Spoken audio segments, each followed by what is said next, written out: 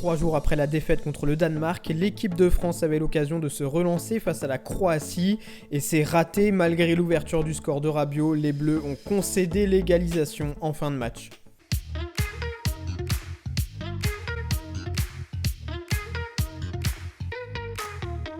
De retour sur le banc, Didier Deschamps changeait tout au coup d'envoi. Sur les 11 titulaires du Danemark, seul Aurélien Tchouaméni enchaînait dans le 11 de départ.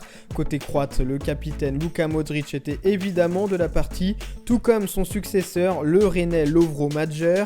Et dans une entame de match équilibrée, la France faisait très mal à la Croatie grâce à son duo d'anciens parisiens Nkunku-Diaby. Le premier pensait d'ailleurs ouvrir le score sur une passe du second, mais il était signalé hors jeu. Quelques minutes plus tard, on reprenait les mêmes mais en inversant les rôles et cette fois-ci, Livakovic s'interposait devant Diaby.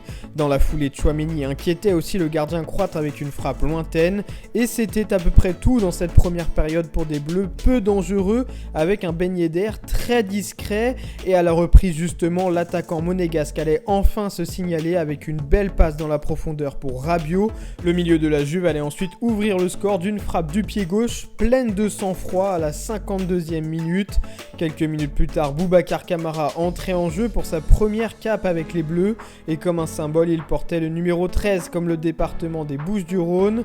Malgré cet avantage au score, les coéquipiers de Kimpembe allaient, comme contre le Danemark, s'écrouler en fin de match sur un ballon cafouillé dans la surface. Jonathan Klaus accrochait un attaquant croate. Le pénalty était validé après intervention de la VAR et Kramaric transformait en prenant à contre-pied Maignan. Antoine Griezmann avait une ultime opportunité de redonner l'avantage aux Bleus sur une passe en retrait mal assurée. L'attaquant de l'Atlético devançait la sortie de Livakovic, mais ratait ensuite le cadre malgré le but vide.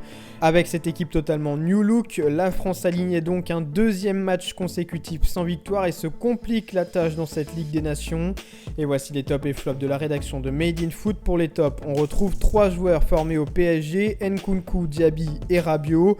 Les deux premiers ont fait très mal à la défense croate avec leur vitesse et leur capacité à éliminer. Rabiot a lui inscrit son deuxième but en bleu pour sa 28e sélection.